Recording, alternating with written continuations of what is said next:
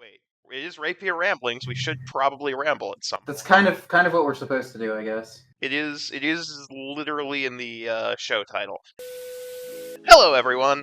Connie here to say good morning, good afternoon, whatever time of day I wind up posting this after I have Henry edit it. Everyone give Henry a shout out.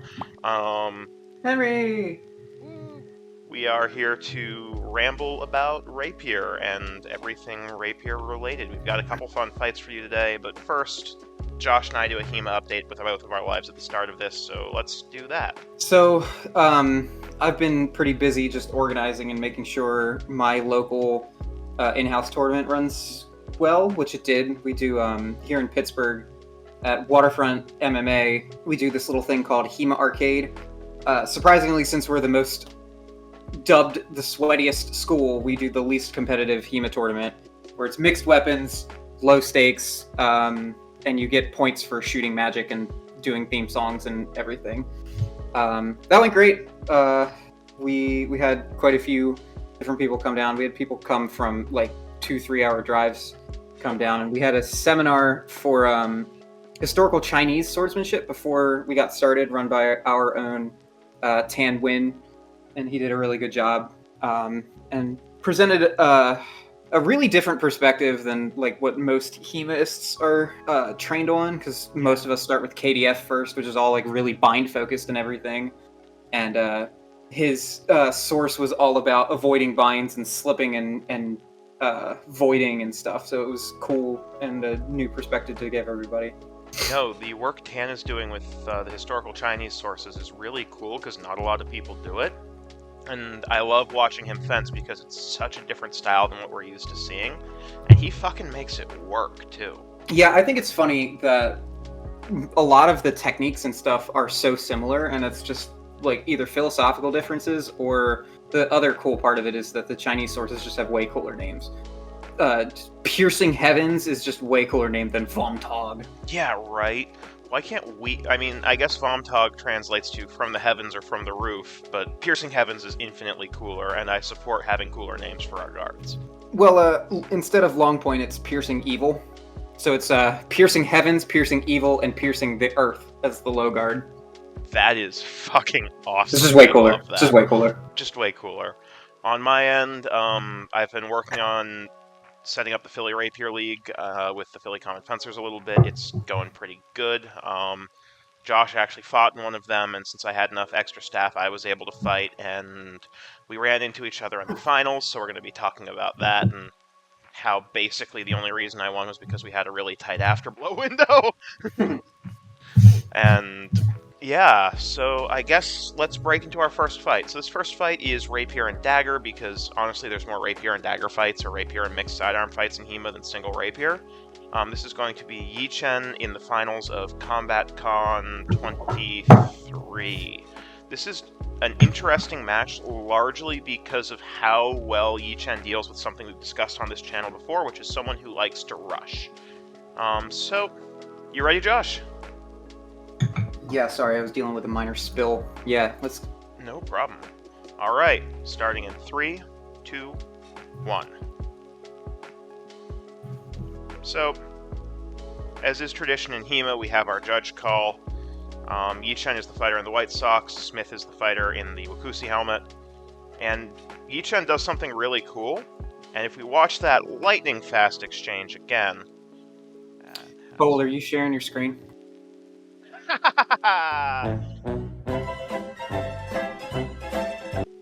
So Yi Chen comes out, pressures forward. The fencer takes a big shot in. Yi Chen does a perfectly timed dagger parry and takes the leg. It's actually interesting. I feel like it's almost the reverse. He gets the dagger on before Jason even starts to move. Oh, like it's so close. Interesting. Let's watch that a little slower. I guess he moves first. Yep, and like look at that posture. This is really cool because it actually lines up with something that the source I work from, Capofero, says. And basically what he says is the lower body becomes a much easier target in sword and dagger than single sword because the dagger allows you a second strong to bind with. it opens up the ability to take the leg without worrying about a double or a cut to your head or another afterblow. But yeah, this is just really good defense against direct attack. Any thoughts on this one, Josh? Yeah, I would almost say it's a distancing problem. Like the issue with rapier and dagger, if you're used to single rapier, is that you almost have to start your offense further away, or like your angles matter more, I guess. Like Yeah, I for would sure. say before even Jason like started moving, he kind of almost lost this exchange. The second he takes that, he decides to start moving forward, or his rapier starts moving forward. Like the dagger's already positioned to offset that rapier, and a good dagger fencer is going to be able to tell the difference between be able to tell two angles at once, and you can tell already Yi Chen is that kind of guy. Yeah, the other cool thing about Yichen is we seem to like people who do the Neapolitan school of rapier on this channel because Yichen and Sawyer, who was featured here a couple times, both study Marcelli and Neapolitan or Southern Italian rapier, and this is a classic constrain with the dagger, leave the rapier free and get your touch style exchange, which is very, I hate to use the word symptomatic, but I'm going to use it, of that style of fencing. So that brings us to our next pass. I don't know about you, but I kind of do the same thing with dagger as a free hand, just so I don't have to differentiate between rapier and dagger and rapier and single rapier. Is I try to like my hand kind of moves in the same way that my dagger would, just to keep an eye on those angles at all times. Absolutely same here. I always sort of try to treat both like they're the same because then if I'm training one, I also grow my skills in the other. So this is another exchange. You can see Yichen trying to detect the or control the measure with small steps. Jason's looking for a moment to launch. You can tell just by how crouched his stance is. He's looking for a big direct attack. And Yichen's doing a good job of not letting him plant enough to really shoot for the touch. Hopefully they keep this camera angle for a bit. But yeah, Jason's not quite sure how to engage. And there's the big rush. And if we watch this again, very, very slowly, we can see exactly what happens. Because if I remember this exchange correctly, Yichen gets his sword in the other guy's chest. Bam! Yep. So this is a big tempo game in my opinion, right? This entire little dealing with an exploding fencer, because what Yichen does and what Jason does is really interesting. If we watch here, as Jason explodes, he tries to sweep with the dagger. Yichen just barely voids that dagger, and if you look at the line of the sword right here, it is perfect. And there is absolutely nothing Jason can do about it.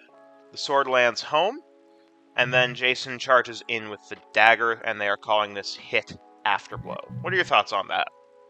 Yeah, I think it's an adaptation from Jason because he, instead of coming with the rapier first, he tries to constrain with the dagger, and the rapier's behind him.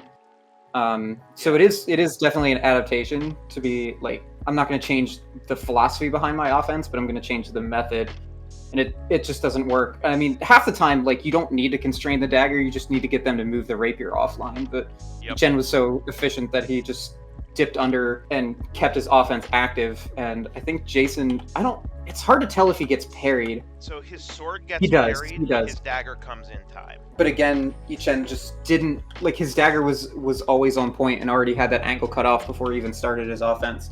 Yeah. So even though his rapier was refused, he still was able to tell that angle. So it was a maladaptation. He tried something different and it still didn't work. Yeah, this is also just brilliant point control by Yichen. Like, that point low kind of Marcielli Prima style guard really makes it hard to constrain someone's blade because you have to do such a minimal motion to free up your sword and still get the touch when someone rushes you down.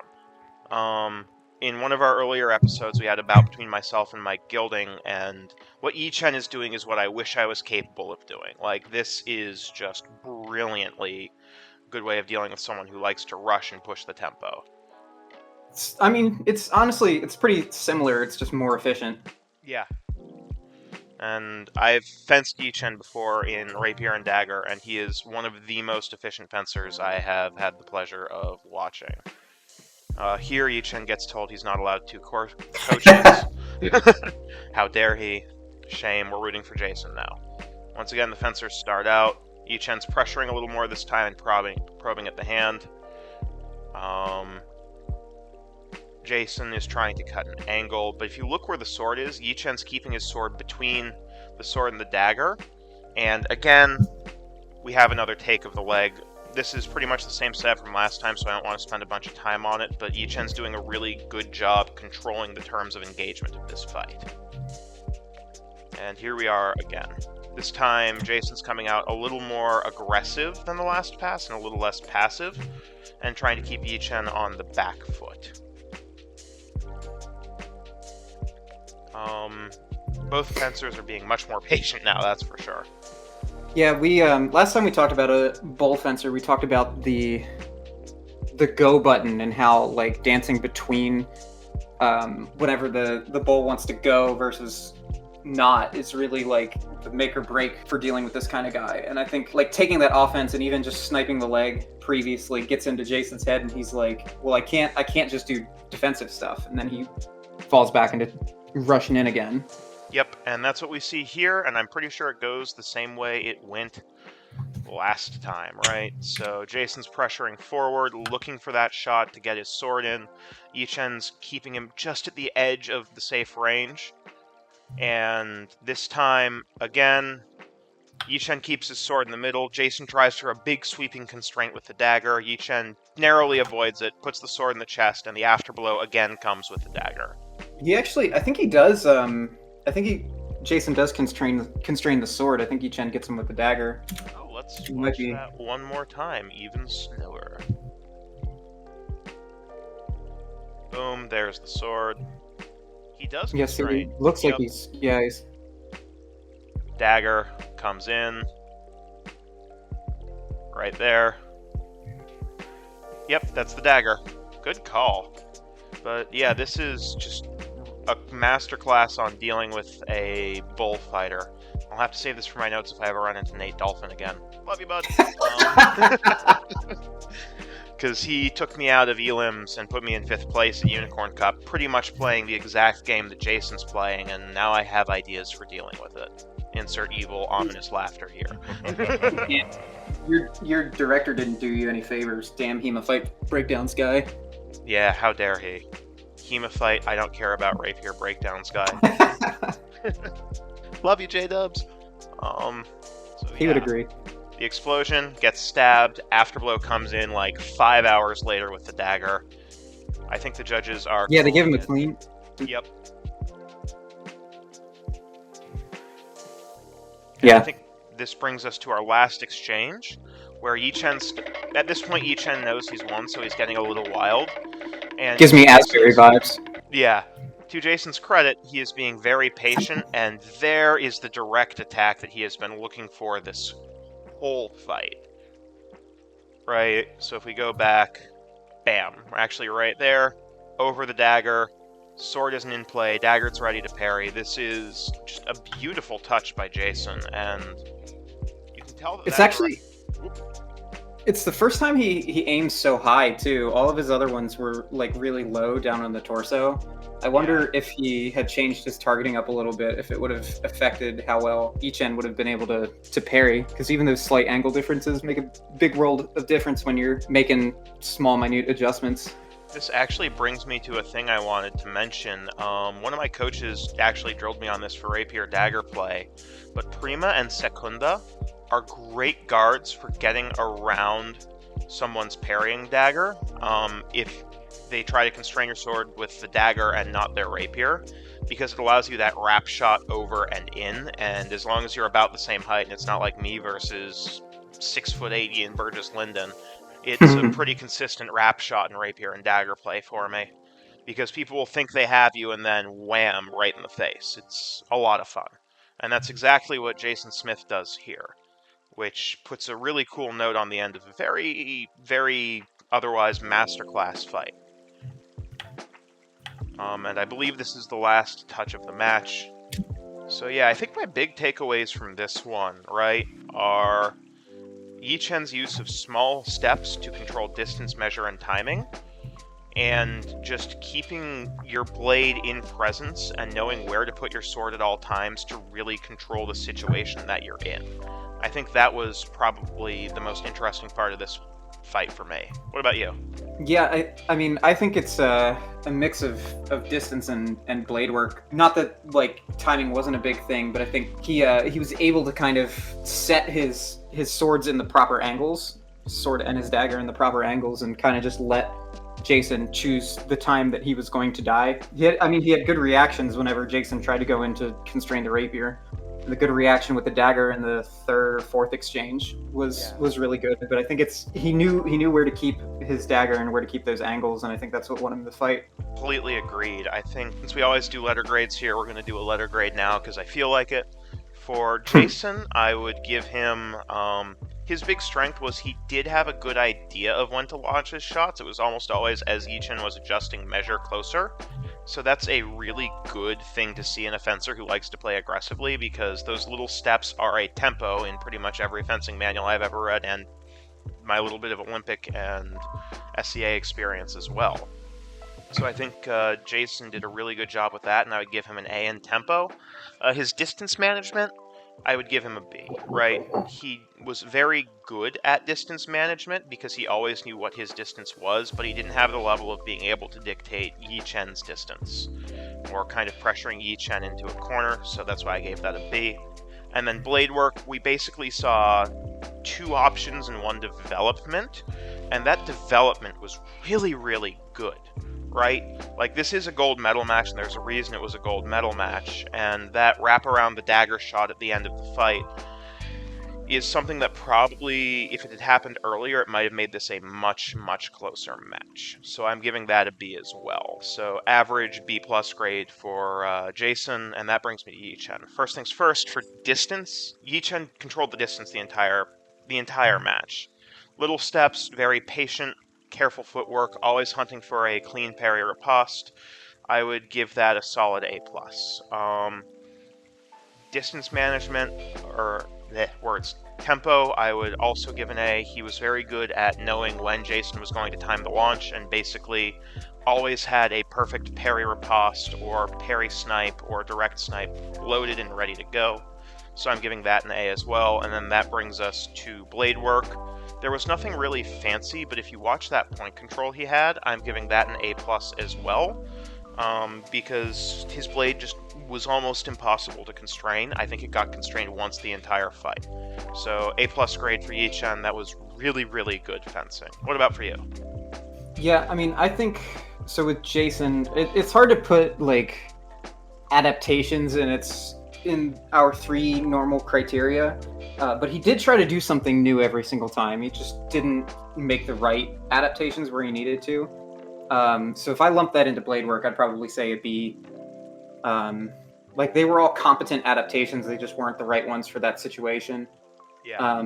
The same thing with distance management. It was fine, and he, for the most part, came in with a plan. He didn't like get caught in a distance where he was got tagged where he shouldn't have. He always came in with a plan. It just wasn't the right one. So I'd keep that at a B as well. I mean, timing wise, he came in fine. I B plus maybe. I think it just really came down to the adaptations, the competencies there, the athleticism's there. It just wasn't the right choices for that particular situation. Ichin, I think he really won on his blade work, the efficient moves to keep from getting constrained, and the razor sharp adherence to distance really helped him make sure that he had the right angles when he needed them. So I'd go A+ there. Timing was fine. There wasn't anything as a problem, but I think he really shined in the distance and the blade work category. So I would just go A+A+A. Yep, that's about where I'd put it too. This was an interesting fight, and it's definitely a masterclass on dealing with someone who likes to rush. And now then, for part 2 of this, we have a goofy little treat. The two of us ran into each other in the gold medal match of, like I said, a local HEMA tournament, because I'm jokingly naming this episode the Ego Trip. We're going to kind of break it down, go over what we tried to do, what we failed to do, what worked, and have a little fun. So let me pull that up now. So yeah, this was a rainy day, so we hijacked a birthday party's pavilion and swarmed it with swords and chased all the children off, and once the children had been off with rapiers, we didn't actually do that. Please do not take this joke seriously. I did that, but Yeah, we just gave Derby a Montante. Great for crowd control. So, first pass, we're both kind of playing just distance measurement games. I'm looking for the leg, and you're not giving it to me. it's funny though, because like normally when I fence you, you're so much more aggressive than you were here. So that actually is exactly what I was working on. My bad habit is I tend to be the idiot doing a bum rush, and like in the last fight, I've been working really hard to make my rapier fencing more patient, because I knew if I rushed you, you were just going to put my head on a silver plate every pass. That was actually my big goal, and all that was running through my head during the lead up to that first touch was just don't rush, don't rush. You want to rush, don't rush.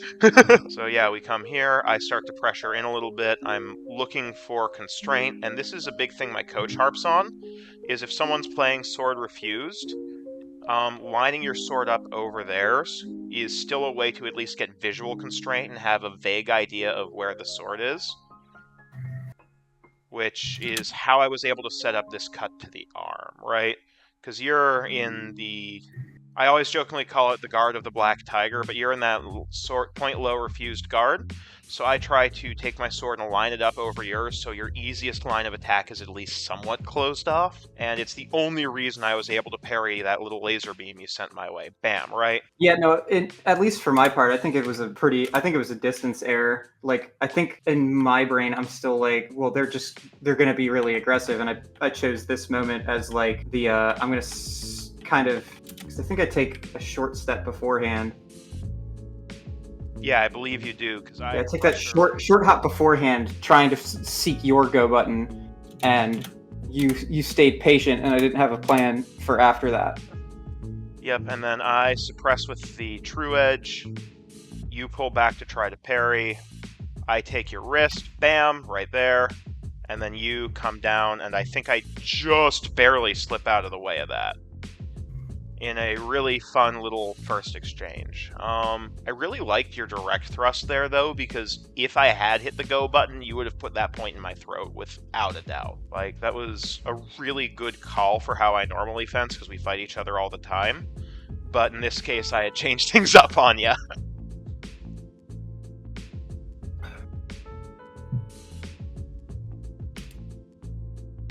So yeah, that was definitely interesting. I really like what I see out of your footwork here. I think if this was a footwork game only, you would have won. So this brings us to the next exchange. I am pressuring forward but not rushing.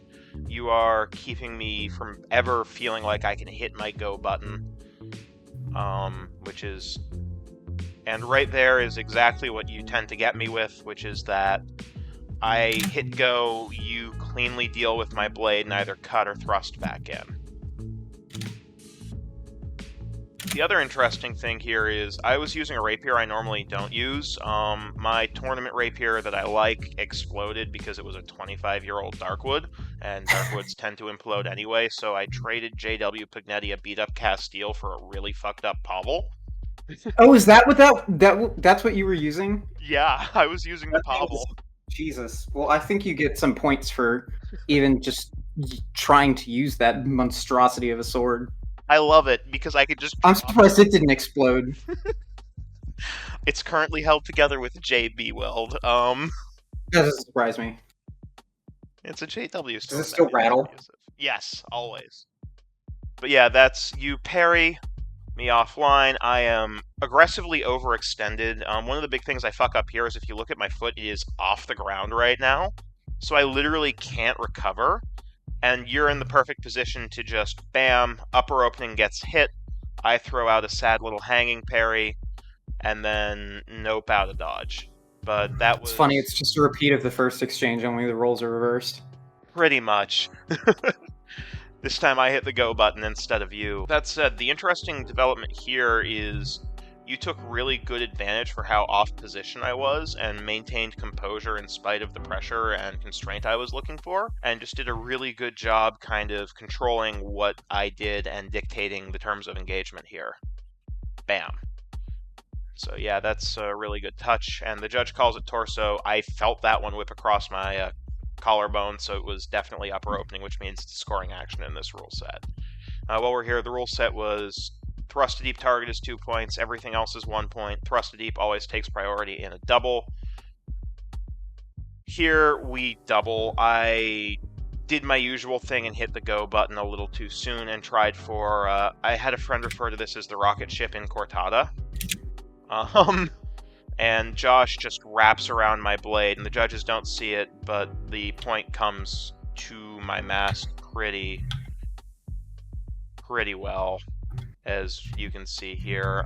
This, honestly, I would say I was more in error here, but yeah, the line's right there, his sword's in me, because I rushed and just hit my go button when I really shouldn't have. What were your thoughts on this pass? I felt like, at least rewatching this back, it looks like I know what's happening, and I try to move my hand up to try to get that parry, but I don't, and it gets caught in my mask. It's funny, if you go side by side, our legs are moving forward at the exact same time. Yeah, so we were kind of just both lizard-brained here. Yeah, this was definitely a smooth brain cave fencing unga bunga exchange, as one of my students calls it. Shout out to Bill.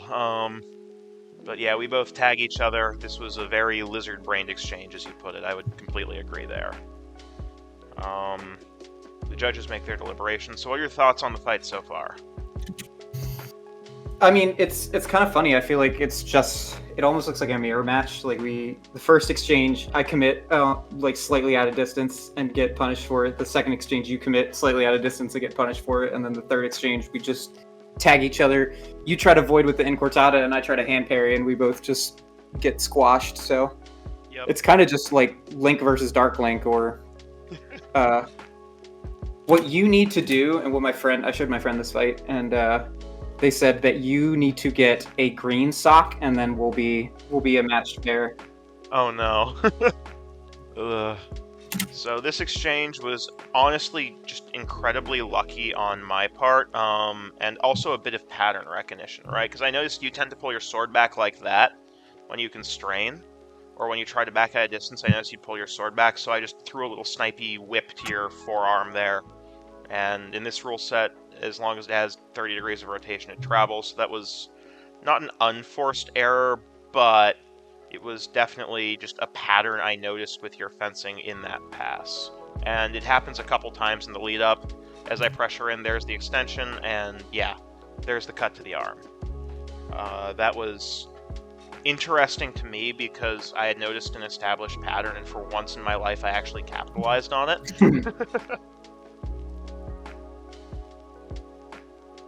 And now you're starting to seize the advantage and pressure me, and yep, fake me with the thrust, take the thigh. So that was...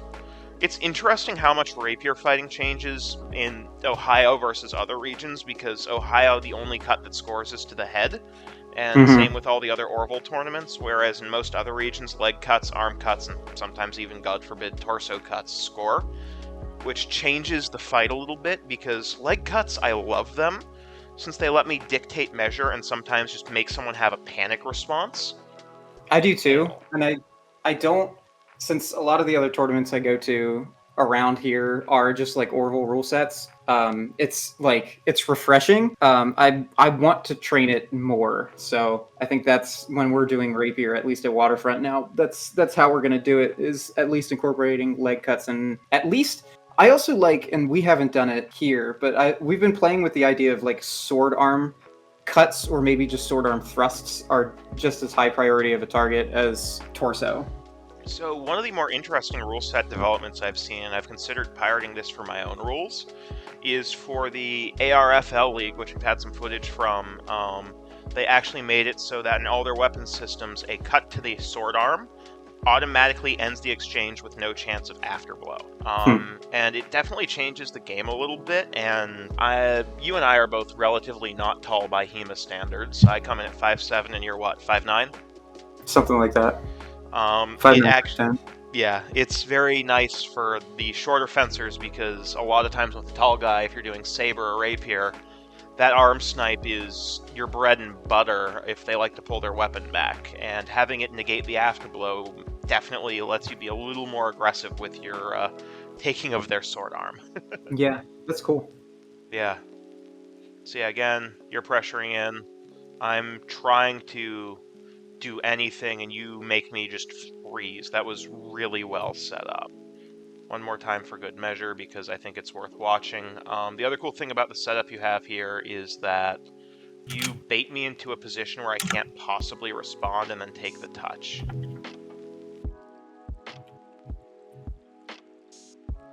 Which I think is really good, right?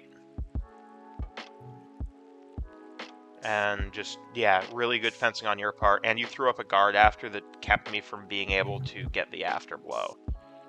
Like, I had nothing on that leg snipe. My sword is so far out of presence that I can't do anything. Like, as we watch you come in, it's pressure, pressure, pressure, pressure.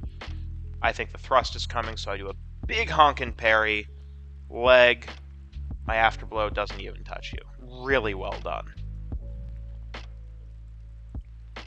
And now we're back to even after the the punish double thrust and then catching a limb exposed. We're back to square one. back to square one. It also just shows that you and I have very similar skill sets with slightly different tactical approaches. The other big thing I was working on was Capoferro talks about aggression in his system, and he always shows a big forward lean when he's doing his lunges and blade engagements. So I was desperately trying to emulate in this and that match, and it led to my legs being more of a target because I wasn't heavily planted, or I was very heavily planted, but it took away my torso a little bit, which is how I was able to ward some of your thrusts.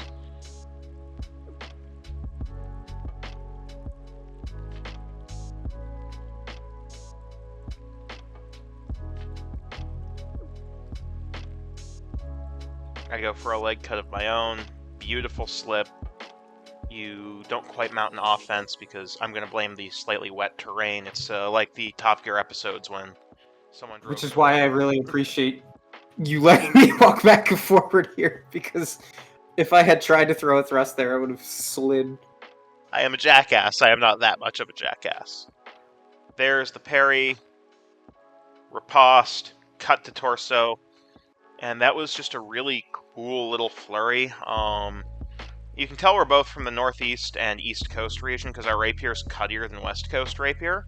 But I thought this exchange was really cool because it shows a lot of what both of us are good at in our fencing.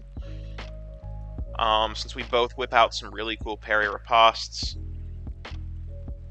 I'm pressuring, and again, my entire plan this fight was just that big visual constraint. I go for the leg, you slip, can't chase because the floor is moist. I let you back into the actual good grip part of the ring. It's also easy to say. There's no guarantee I would have, like, you were ready to also void. Yeah. You start to pressure, I go for the extension, you thrust, I barely parry, I throw the cut. This time you know it's coming, and you get a really good riposte to my torso, and in this rule set it just resets the exchange. But still, I think that was a really good tactical choice. I think you called arm there for some reason. Oh, interesting. You say I get your hand. Oh, look at that! It skims the elbow pad. Oh, okay. Barely. That was Yeah, that's mostly crazy. torso, though. There was that one, and then the one that you called earlier as like the cut to the upper opening. I was like, I'm not going to argue, but I don't know if I agree that that's what I hit. But the second my rapier got pushed offline, my brain went to full on saber brain, and I just unga bunged at the closest opening I could find. It saved you, and again, this is a habit that I'm now recognizing that I have, and that is when I panic parry, I lean way the fuck back, and I'm actually really out of position here, so you made the right choice to just hit me with something to end the pass before I could recover, because the stance I'm in is not good for recovering after that big parry, and this is a big thing that my coach harps on, and several of the top rapier fencers I talk with harp on, is you don't want to throw big parries like this in Rapier, right? Because my sword is no longer a threat. I pull way too far back, even though I didn't really need to. And now I only have that arm cut, which you already knew to parry. And now I'm recovering from the cut, and there's your touch. Like, It's such a saber parry, I guess, which is why I forget which weapon I'm fighting with. I think it's parry 7 in Radielli. That said, you are definitely a generalist fencer who can pick up pretty much any sword and do at least reasonably well with it. And then you bail out of measure. So yeah, that was just an interesting little parry riposte flurry from the both of us. My ribs have done Bennett, and I give you a point for the arm. And here we go for the next pass. Once again, I'm trying to pressure and control your blade. You're not letting me ever feel comfortable to hit my go button. Attack no, parry riposte no. You throw a little pap to my hand. This time you deny the point. You totally should have kept that. But that was a great use of one of my habits of extending and pausing. I think the reason I denied it was because I flatted you. I don't think it was a pop cut. I think the initial pop missed, and then I turned the flat into your hand, which is why I denied it. Well, easy way to find out. We have the power of God and Emily on our sides. Yep, there's the chamber. I'm pressuring in that little pause I talked about that I have. Me withdrawing out of measure using a stance shift. Sword comes up. That was totally edge. I don't know. How dare you? Whatever. You take my hand, I self-call. But that was a really good use of my bad habit of like extending and pausing to analyze, and you'd picked up on that and taken advantage of it. Really well done. Me being a goof. And that's what you'd been looking for the whole fight, I suspect. Me just hitting the go button on something big and impressive looking, and you just cleanly parry riposting it. Because that is one of my worst habits in Rapier play, is that I just joust. And low to mid-level Rapier does often devolve into jousting. Boom, I explode way out of measure. Attack no, parry riposte. Yes. That was what you were looking for, right? Yeah, well, I mean, you can kind of tell your game's changing a little bit. Like your hand is coming a lot further forward. So I'm like, well, if I can aggress against that, which I did the point before, even if I denied it, like you're gonna be thinking now, like I can't stick my hand out like that. So the next adaptation I was thinking of was you were gonna start coming forward more aggressively, because we were kind of at a stalemate trying to play the distance game. So something had to change. Yeah. And that was, I think, a maladaptation on my part and a really good adaptation on your part. Is this the Matrix exchange? I think so, yes. I go to Gremlin Seconda. Oh no, this is the exchange before. This is just sloppy struggle snuggling because I crashed into measure. As you said, you were caveman-brained earlier. Now I am very caveman-brained, and honestly a little desperate because I think you were up right now, and I knew there wasn't much time left on the clock. So I was just like, I just got to get something big and impressive to get the fight back and the momentum back in my favor. So for this you can tell. Like, is this the next exchange? Yeah. Or is this the new one? It's the one before that. You came in with that cut first, and it was you can kind of tell that you're getting more aggressive. And that was kind of a bait. I slipped and pulled the leg, trying to get you to think, oh, he's off balance. So this one, this is a thing that I saw someone do once and was like, I'm gonna make this my whole deal now. Which is a saber trick, coach forgive me, where you fake a shot to the leg with a cut, blam, and then just pick the sword up and walk the point into their chest. I did not realize I had landed, so I threw the follow-up cut, but yeah, this was just me noticing that you like to slip and step back and trying to take advantage of it. So extend, hey, look at the leg shot, in. And this is not too dissimilar from some of the stuff shown in Capofero. The big difference in this case was I faked low and came high. Capofero loves faking high and just ducking under your sword, walking the point in, and circling past you. But it's kind of an adaptation of the same concept. You have any thoughts about this one? Yeah, I mean, I obviously I bought the leg shot super hard.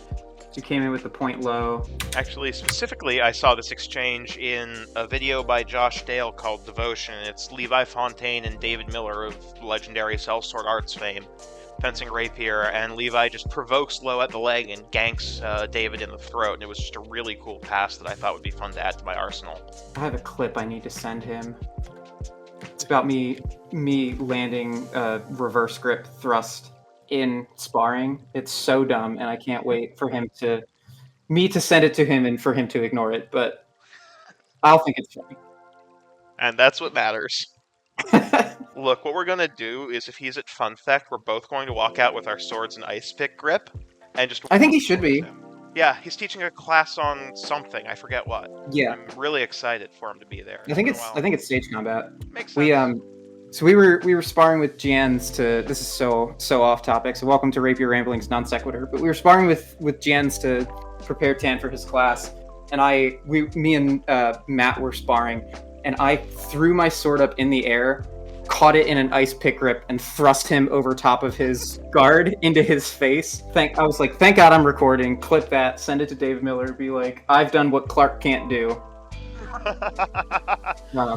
And then we were like trying to figure out how we could do it because he only really does longsword, saber, rapier. So then we were trying to practice it with a saber with the big bell guard there. Oh no! And surprisingly, we still landed it more times than not. Really? You just got to do it slower. Yeah.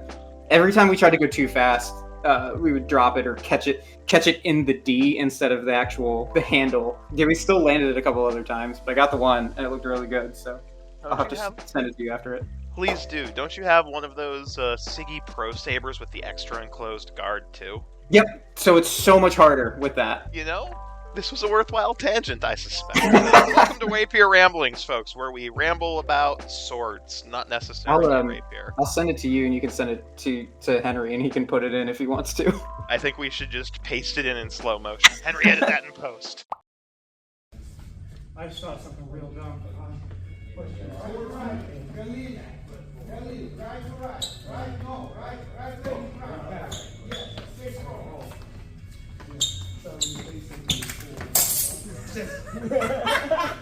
At this point, we should just give Henry like free reign to randomly edit himself in, looking at us disappointedly. Well, yeah, the more memes that are in there, the better. Exactly, Henry. More memes. Yeah. All right, back to what we're supposed to be talking about. Yes. So yeah, I unga some bungas and you counter Oh no, this is the one where my fake leg thrust works. I think this brings us to probably my favorite exchange of the match. Yep, I think this is it. I'm trying to pressure in that very forward-heavy stance with my torso back. Attack no, parry riposte, nothing. We keep going. We're both playing very refused this pass because I think both of us realize that it doesn't end well for either of us. Boom. You matrix duck me and stab me. Unfortunately, they thought... Yeah, that was so deliberate and not me slipping on the floor at all. No, it was definitely deliberate. Yeah, that's what I said. Yeah. You just matrix dodged my sword. Like, you meant to do that, obviously. But still, this was a really cool adaptation on your part because you know I'm looking for that arm cut now. So when you come in, guard low, pressure, and right about a second from now is going to be your thrust. I'm looking for that visual constraint. You start to throw a beat. We're just kind of playing tip tag here. Boom. Here comes my riposte I've been throwing all day. You duck under, they call halt, and then you get this beautiful thrust to my chest while I'm out of position. It's too bad that they called halt early on that pass. They should have absolutely called halt when they did, because they saw some man almost faceplant on the floor. Yeah, fair enough. Still, just a fun little matrix dodge on your end.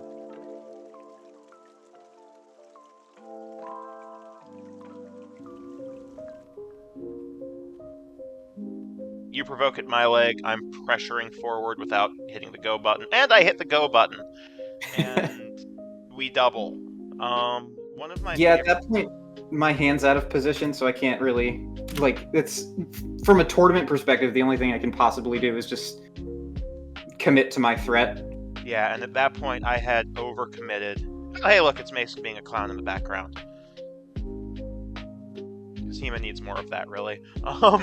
But yeah, in this case, I went for that big sweeping constraint into a thrust, and Fabris's retracted second, and just W, because your blade wasn't where I thought it would be. Now that I'm saying super forward weighted here, looking to control your blade, and try to collapse measure, and you are not letting me. You provoke me back. I go for the same thing again and realize it's an awful idea. I'm trying to deny the bind. Incortada. Cut to keep you from attacking. Back to the dry. 1, 2, 3. Nothing.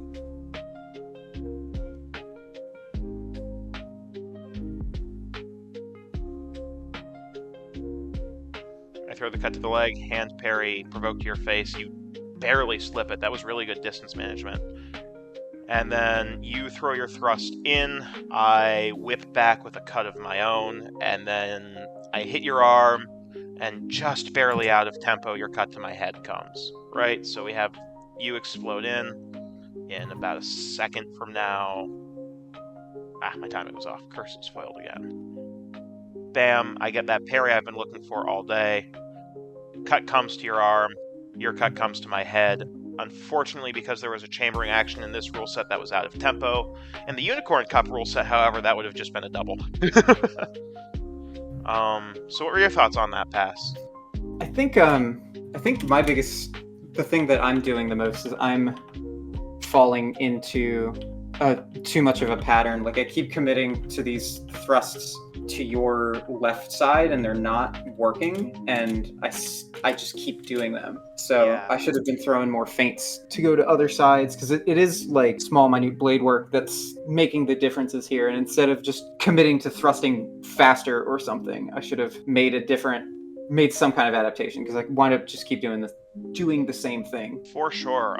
The thing that I think I really need to work on as a takeaway from this fight is just those huge-ass parries I've been doing, because I fought some Rapier fencers that can do, like, a quick shift with their blade, and that parry comes out, and they're over my arm and in my throat. Fighting David and Rob Childs, when I got to fight him a while back, it was very elucidating just how small blade work can be and still get the job done. In fact, it was vaguely absurd how tight Rob's blade work was, and that big parry I like to throw on my inside line to set up that horizontal cut is something Rob exploited 5 or 6 times out of 10 passes we had. It was definitely enlightening, and this is just reminding me more that I need to really tighten up that particular action to make it less vulnerable. Also, you can tell I am not in as good a shape as you. I am starting to tank a little. And I think this brings us to the last exchange. Torres says there's literally 1 second left on the clock. I am up by a singular point, so you need a 2-point shot to win this. I need anything to win this. And Alan says no doubles, because how dare he, really. And that brings us to the final pass. So here I'm just looking for any cheap and cheesy point I can get. And I'm trying not to let you feel comfortable enough to shoot a laser beam at me. That is my entire mindset for this pass. And here, I just send it. Like, this wasn't great fencing on my part. I just Hail Mary, full of grace, the Lord is with thee. So I mean, that's all you really need to do, right? When you're up Yeah. a point, all you need to do is look for some kind of bullshit to keep yourself winning. Like, I would have done the same thing in your situation. Yeah, and like I said, my overarching goal was I saw your sword come up into Prima, and all that ran through my head was, don't get stabbed. Don't get stabbed. Dear God, just don't get stabbed. And that was about it, if I'm being honest. That was a really fun fight, and I'm glad we finally got to have our Rapier finals match instead of a Saber finals match. Yeah. Also, it means we're tied 2-2. Are we? Track. Yeah, because we fought at Pillow Effect twice. I beat you the first time, you beat me the second time. Yeah. And then saber and then this. Yep. I guess so. Which means we need a tiebreaker, obviously. I guess so. We'll have to do a triathlon at Fun Fact. I have 2 Siggy lights, so we could do longsword, saber, rapier. My money is you're going to take longsword, saber. Hear me out. Whatever a quadathlon would be, because we throw in rapier and dagger. Well, it's got to be odd though. Ah, true. So because then we'll just wind up tied again. We have to do something stupid as the last one. Then we'll figure it out. I'm sure Tan has some stupid weapon that we can fight with. Tan has a. We'll do small sword. Yeah, I'll bring my small sword. It lives under my bed. I can grab my small sword.